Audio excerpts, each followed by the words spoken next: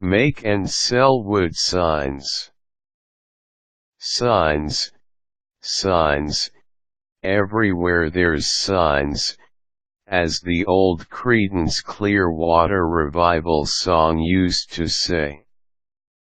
These signs are used for a variety of things, from direction giving to decorative to outright sale or advertising of items. Most of these signs are made from metal and tin, but a few of the old-time classic ones are made from wood. Of the three types of material, wood is the least durable, but it brings a certain personality to the signs made. A lot of woodworkers have made a living from making handcrafted retro signs for collectors or business owners. There is still room in the American aesthetic for these classic signs. If you want to learn how to make a wooden sign, you'll need the following items: sketch pad, pencil, brushes, paints, wood burning pen, hammer, chisel, pencils and sketch pad, power carver, wood stain, wood sealant. Once you have your materials, use these instructions to make the signs. Design the sign. Take your pencil and sketch pad and first sketch out the sign you want to make.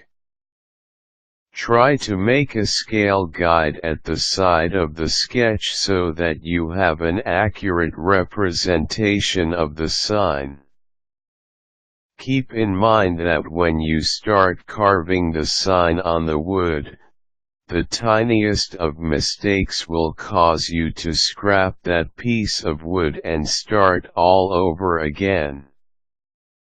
That would be a waste of the wood and time.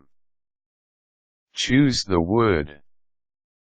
You need to decide what kind of wood you're going to use for your sign. For durability, select oak, pine, or ash. This is also a great selection because the wood is easy to carve. When selecting your wood, make sure there is bark still left on it. Start carving.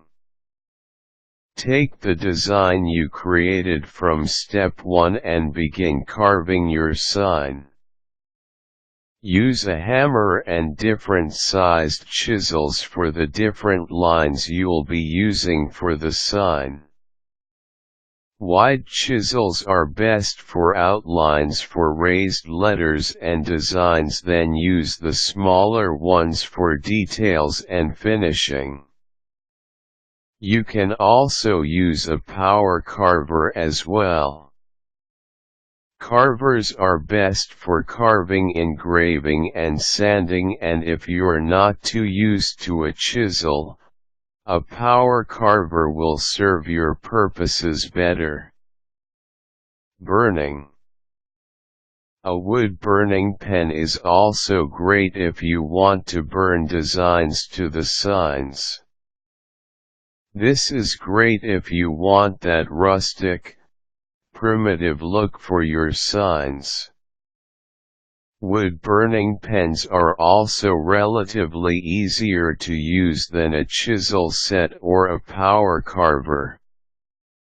Sand and finish. After you're done making your sign, you'll notice that there are a lot of splintery wood left over. To prevent people getting splinters, sand the edges and the sign with either sandpaper or a power sander. It's best that you paint or color your signs after sanding them. Finally, use clear weather sealant or wood stain to make sure your signs stand up well against the elements. After designing your wonderful, attention-grabbing signs, You can put them up for sale in a number of media. Online, create a website to sell your signs. Outdoors, use signs to sell your signs. Simply post your signs in well-traveled roads and make sure the signs contain your contact information. Consignment: put your signs in local antique shops or local businesses.